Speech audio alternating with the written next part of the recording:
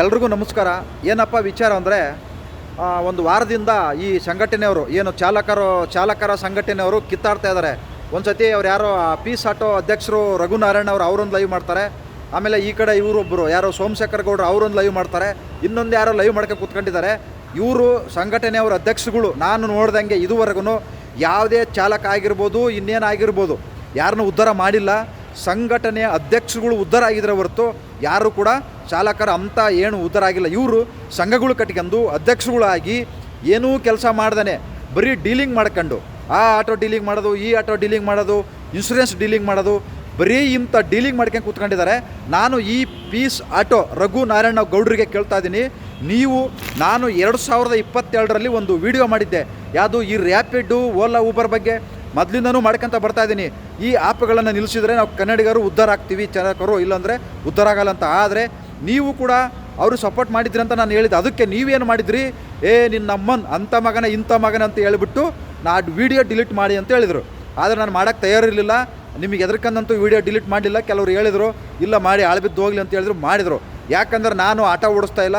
ನಾನು 20 ವರ್ಷ ಬೆಂಗಳೂರು ನಗರದಲ್ಲಿ ಟ್ಯಾಕ್ಸಿ ಓಡಿಸಿದ್ದೀನಿ, ಟ್ರಾವೆಲ್ಸಲ್ಲಿ ಕೆಲಸ ಮಾಡಿದ್ದೀನಿ. ಈಗ ಒಂದು 2-3 ವರ್ಷದಿಂದ ಟ್ರಾವೆಲ್ಸ್ ಬಿಟ್ಟು ಬೇರೆ ಕೆಲಸ ಮಾಡ್ತಾಯಿದ್ದೀನಿ. ಅದರಿಂದ ಹೇಳ್ತಾ ಇದ್ದೀನಿ, ನೀವು ನಮ್ಮಂಥವ್ರನ್ನ ಬೈಯೋದಲ್ಲ. ನಾನು ಕೂಡ ನೋಡಿ, ಮುನೇಗೌಡರು ಚಾಲಕರು ದೊಡ್ಡಬಳ್ಳಾಪುರದವರು, ಅವರಿಗೆ DL ಹೋಗಿ ಸುಮಾರು 6-7 ವರ್ಷ ಆಯಿತು, ಇನ್ನೂ ಕೊಡೋಕ್ಕಾಗಲಿಲ್ಲ. ಇವರು ಏನು ಪೀಸ್ ಆಟೋ ಅಧ್ಯಕ್ಷರು ಮತ್ತು ಏನು ಪ್ರಧಾನ ಕಾರ್ಯದರ್ಶಿಗಳು ಇವರು ಮುನೇಗೌಡರನ್ನ ಬೈದಿದ್ರು. ಅವ್ರು ಹಂಗೆ ಹಿಂಗೆ ಅಂತಂದು ಹೇಳ್ಬಿಟ್ಟು ಇವ್ರನ್ನ ನಾನು ಪ್ರಶ್ನೆ ಮಾಡಿದ್ದೆ. ಪ್ರಧಾನ ಕಾರ್ಯದರ್ಶಿಗಳನ್ನು ಇವರು ಅಧ್ಯಕ್ಷರನ್ನ ಪ್ರಶ್ನೆ ಮಾಡಿದ್ದೆ. ಆದರೆ ಇವರು ನನ್ನ ಮೇಲೆ ಸುಳ್ಳು ಕೇಸ್ ಹಾಕಿದ್ರು. ಏನಂತ, ನಾನು ಆ ಪ್ರಧಾನ ಕಾರ್ಯದರ್ಶಿನ ನಮ್ಮ ಕಡೆ ಸ್ನೇಹಿತರು ಯಶವಂತಪುರದ ಮಾರ್ಕೆಟಿಗೆ ಬಂದಿದ್ರಂತೆ. ಅವ್ರು ಪಾಪ ಅವ್ರ ಮನೆ ತೆಗೆಲ್ಲಿ ಅಂಗಡಿ ಇರಲಿಲ್ವಂತೆ, ಅಲ್ಲಿ ಸಾಮಾನು ತಗೊಳಕ್ಕೆ ಬಂದಿದ್ರಂತೆ. ಸಾಮಾನು ತಗೊಳ್ಬೇಕಾದ್ರೆ ಯಾರು ನನ್ನ ಸ್ನೇಹಿತರು, ನಾನು ಅಂಥವ್ರನ್ನ ಯಾರು ಇಟ್ಕೊಂಡು ಇಲ್ಲ, ನಾನು ಲಾಂಗು ಮಚ್ಚು ಹಿಡ್ಕೊಂಡು ಹೋಗಿ ಕತ್ತರಿಸಾಕ್ಬಿಡ್ತೀವಿ ಅಂತ ಹೇಳಿದ್ರಂತೆ. ನಾಗರಾಜ್ ಕೊಟ್ಟೂರು ಸಾಹಸಕ್ಕೆ ಬಂದಿದ್ರೆ, ನಾಗರಾಜ್ ಕೊಟ್ಟೂರು ಸಾಹಸಕ್ಕೆ ಬಂದರೆ ಕತ್ತರಿಸಾಕ್ಬಿಡ್ತೀವಿ ಅಂತ ಹೇಳಿದ್ರಂತೆ ಇವರು.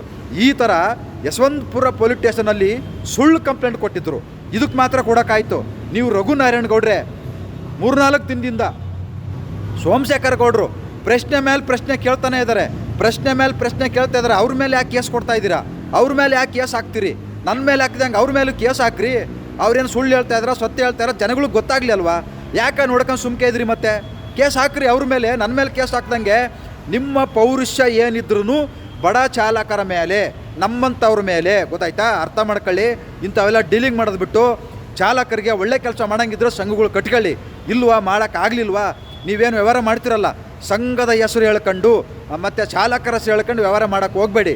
ಯಾಕಂದರೆ ಇವತ್ತು ನಿಮ್ಮಂಥವ್ರಿಂದನೇ ಇವತ್ತು ನಮ್ಮ ಚಾಲಕರು ಒಗ್ಗಟ್ಟಾಗೋದಿಲ್ಲ, ಆಗಕ್ಕೆ ಚಾನ್ಸೇ ಇಲ್ಲ. ಅದರಿಂದ ಹೇಳ್ತಾ ಇದ್ದೀನಿ, ನೀವು ಸಂಘಟನೆಗಳನ್ನೆಲ್ಲ ಮುಚ್ಚಿಬಿಟ್ಟು ಅವ್ರವ್ರ ಪಾಡಿಗೆ ಅವ್ರು ಕೆಲಸ ಮಾಡ್ತಾರೆ. ಯಾಕಂದರೆ ಯಾವುದೇ ಸಂಘಟನೆಯವರು ಯಾವುದೇ ಚಾಲಕನ ಕಾಪಾಡೋಕ್ಕೆ ಬರೋಲ್ಲ, ಕಾಪಾಡಿರೋದು ನೋಡಿಲ್ಲ, ಗೊತ್ತಾಯ್ತಾ. ಅರ್ಥ ಮಾಡ್ಕೊಂಡು ನೀವು ಸಂಘಟನೆಗಳನ್ನು ಮುಚ್ಚಾಕ್ಬಿಟ್ಟು ಅವ್ರವ್ರ ಪಾಡಿಗೆ ಅವ್ರು ಕೆಲಸ ಮಾಡ್ತಾರೆ.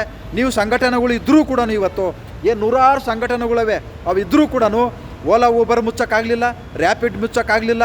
ಏನು ಸಾರಿಗೆ ಮಂತ್ರಿಗಳನ್ನು ಟೌನ್ ಹಾಲಲ್ಲಿ ಏನು ಹೂವು ತುಂಬ ಮುಚ್ಚಿಬಿಟ್ರಿ, ಏನು ರ್ಯಾಪಿಡ್ ಮುಚ್ಚಿಬಿಟ್ರು ಅಂತಂದು ಮುಚ್ಚಲೇ ಇಲ್ಲ. ಅದನ್ನು ಹೂವೆಲ್ಲ ಮುಳುಗಿಸ್ಬಿಟ್ರಿ ಅವ್ರನ್ನೆಲ್ಲ. ಎಲ್ಲಿ ಮುಚ್ಚಿದ್ರು?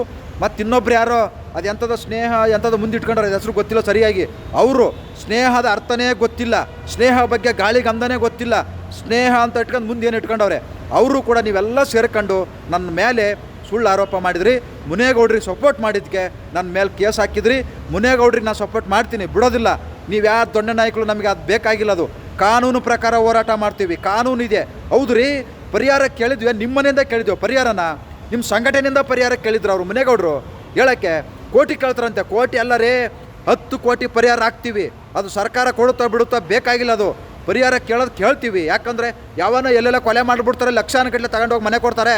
ಅದು ಕೇಳೋಕ್ಕಾಗಲ್ಲ. ಅದನ್ನು ನಿಮಗೆ ನಾವು ಪರಿಹಾರ ಕೇಳಿಬಿಟ್ರಂತೆ, ಇವರು ಡ್ರೈವರ್ ಅಲ್ವಂತೆ, ನಾವು ಬರೀ ಇಂಥ ಡೋಂಗಿ ಕೆಲಸ ಮಾಡ್ಕೊಂಡಿದ್ದೀವಂತೆ. ಬಂದು ನೋಡಿದ್ರೆ ನೀವು ನಾವೇನು ಕೆಲಸ ಮಾಡ್ತಾಯಿದ್ದೀವಂತ. ಅಂಥ ಕೆಲಸ ಇದ್ದರೆ ಕಂಪ್ಲೇಂಟ್ ಇನ್ನೂ ಕೊಡಬೇಕಾಗಿತ್ತು ಜೋರಾಗಿ. ಯಾವ್ದಾರು ಒಂದು ಇದ್ದಿದ್ರೆ ಯಾವುದೂ ಸಿಗಲ್ಲ. ನಾವು ಮಾಡ್ತಾ ಇರೋದು ಕೂಲಿ ಕೆಲಸ ಮಾಡ್ಕೊಂಡು, ಡ್ರೈವರ್ ಕೆಲಸ ಮಾಡ್ಕೊಂಡು ಜೀವನ ಮಾಡ್ತಾಯಿದ್ದೀವಿ. ನಿಮ್ಮ ಥರ ಡೋಂಗಿಗಳ ಥರ ಆಟ ಆಡ್ತಾ ಇಲ್ಲ ಇಲ್ಲಿ, ನಿಮ್ಮ ಥರ ಡೋಂಗಿಗಳ ಥರ ಹೋರಾಟ ಮಾಡ್ತಾ ಇಲ್ಲ. ಬನ್ನಿ ತೋರಿಸ್ತೀನಿ ನಾನು. ನಾವು ಬೇಕಾದಷ್ಟು ನಾವು ಮಾಡಿದ್ದೀವಿ, ಗೊತ್ತಾಯ್ತಾ. ನಾವು ನಿಮ್ಮ ಥರ ಮಾಡೋಕ್ಕಾಗಲ್ಲ. ನಮ್ಮ ಕೆಲಸದ ಸಮಯದಲ್ಲಿ ನಮಗೇನು ಟೈಮ್ ಇರುತ್ತೆ ಆ ಸಮಯದಲ್ಲಿ ನಾವು ಕೆಲವು ವೀಡಿಯೋಗಳನ್ನು ಮಾಡಿ ಜನ ಜಾಗೃತಿಯನ್ನು ಮೂಡಿಸ್ತಾ ಇದ್ದೀನಿ ಹೊರತು ನಿಮ್ಮ ಥರ ಸಂಘಗಳು ಕಟ್ಕೊಂಡು ನಿಮ್ಮ ಥರ ಸಂಘ ಕಟ್ಕೊಂಡು ಅಧ್ಯಕ್ಷ ಆಗಿ ಪ್ರಧಾನ ಕಾರ್ಯದರ್ಶಿ ಆಗಿ ನಾನಿಲ್ಲಿ ಆಟೋ ಡೀಲಿಂಗ್ ಕೆಲಸ ಮಾಡ್ತಾಯಿಲ್ಲ, ಇನ್ನೊಂದು LIC ಡೀಲಿಂಗ್ ಕೆಲಸ ಮಾಡ್ತಾಯಿಲ್ಲ, ಈ ಥರ ಯಾರಿಗೂ ಮಾಡಿಲ್ಲ, ಮಾಡೋದಿಲ್ಲ.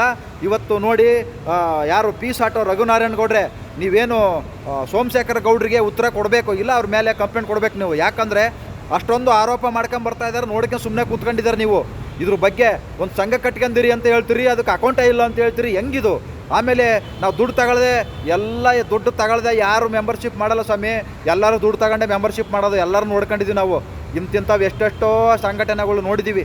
ಅದಕ್ಕೆ ನಾವು ಏನು ಮಾಡ್ತೀವಿ, ಯಾವ ಸಂಘಟನೆ ಜೊತೆಗೆ ಹೋಗಿಲ್ಲ, ಇದುವರೆಗೂ ಹೋಗೋದಿಲ್ಲ. ನಮಗೆ ಗೊತ್ತು, ಕಾನೂನಿದೆ ರೀ. ಡಾಕ್ಟರ್ BR ಬಾಬಾ ಸಾಹೇಬ್ ಅಂಬೇಡ್ಕರ್ ಬರೆದಿರ್ತಕ್ಕಂಥ ಕಾನೂನಿದೆ, ಎಲ್ಲರಿಗೂ ಒಂದೇ. ಅದನ್ನು ಉಪಯೋಗಿಸ್ಕೊಳ್ಳಿ, ನೀವು ಅದನ್ನು ದುರುಪಯೋಗ ಪಡಿಸ್ಕೋಬೇಡಿ. ರಘುನಾರಾಯಣ್ ಅವರೇ, ಇವ್ರಿಗೆ ಯಾರಿಗೆ ದೊಡ್ಡಬಳ್ಳಾಪುರ ಮುನೇಗೌಡ್ರಿಗೆ ಏನಾಗಿದೆ ನಿಮಗೆ ಗೊತ್ತಿಲ್ಲ. ಬರೀ ಪುಟ್ಕೋಸಿ ಒಂದು ಫೋನ್ ಕಾಲಲ್ಲಿ ತಿಳ್ಕೊಂಡು, ಯಾರು ನಿಮ್ಮ ಸ್ನೇಹಿತರು, ಸ್ನೇಹದ ಅರ್ಥನೇ ಗೊತ್ತಿಲ್ಲ, ಸ್ನೇಹ ಅಂತ ಇಟ್ಕೊಂಡವ್ರು ಅವರು, ಅದರ ಅರ್ಥ ಗಾಳಿ ಗಂಧನೇ ಗೊತ್ತಿಲ್ಲ. ನಾವೆಲ್ಲ ಮಾತಾಡಿರೋದನ್ನ ವಾಯ್ಸ್ ಹೌದು ಹೇಳಿದ್ದೀನಿ ನಾನು. ಮುನೇಗೌಡರು 1 ಕೋಟಿ ಪರಿಹಾರ ಕೇಳವ್ರೆ, ಕೊಡೋಕ್ಕಾಗುತ್ತಾ? ನಿಮ್ಮ ಮನೆಯಿಂದ ಕೇಳಿದ್ರಾ, ನಿಮ್ಮ ಸಂಘಟನೆಯನ್ನು ಕೇಳಿದ್ರಾ? ನಿಮಗೆ ಕೊಡೋಕ್ಕೆ ತಾಕತ್ತಿದೆಯಾ? ನಿಮಗೆ ಕೊಡೋಕ್ಕೆ ಏನಾದರೂ ಅದನ್ನು ಪರಿಹಾರ ಮಾಡೋಕ್ಕೆ ದಂಪಿದೆಯಾ ನಿಮಗೆ? ಚಾಲಕ ಸಂಘಟನೆ ಕಟ್ಕೊಂಡು ಆಗುತ್ತಾ? 6 ವರ್ಷ ಆಯಿತು, ಅಲ್ಲಿ ಡೈಯಲ್ ಬಂದಿಲ್ಲ. ಇನ್ನು ಹೆಂಗೆ ಜೀವನ ಮಾಡಬೇಕು ಡ್ರೈವರು? ಇದನ್ನು ಕೇಳ್ತೀರಾ ನೀವು? ಯಾವನಾದರೂ ಕೇಳೋಕ್ಕೆ ತಯಾರಿದ್ದೀರಿ ನೀವು? ಇಲ್ಲ. ನೀವು ಆಟೋ ಇದು ಯಾರು RTO ಹತ್ರ ಡೀಲ್ ಆಗಿಬಿಡೋದು, ಅಲ್ಲಿ ಹೋಗಿ ಇಂಥದಕ್ಕೆಲ್ಲ ಸಂಘಟನೆ ಮಾಡ್ಕೊಂಡಿದ್ದೀರಾ. ಸ್ನೇಹಿತರೆ ನಮಸ್ಕಾರ. ನಾನೇನಾರು ಮಾತಾಡೋ ತಪ್ಪಿದ್ದರೆ ನೀವು ನನಗೆ ತಿದ್ದು ಹೇಳ್ಬೋದು. ಯಾವುದೇ ಕಾರಣಕ್ಕೂ ಯಾರಿಗೂ ಕ್ಷಮೆ ಕೇಳುವ ಮಾತೇ ಇಲ್ಲ, ಕ್ಷಮೆ ಕೇಳೋಕ್ಕೆ ಮಾತಾಡೋದಿಲ್ಲ. ಎಲ್ಲರೂ ಒಳ್ಳೆಯದಾಗಲಿ. ನಮಸ್ಕಾರ.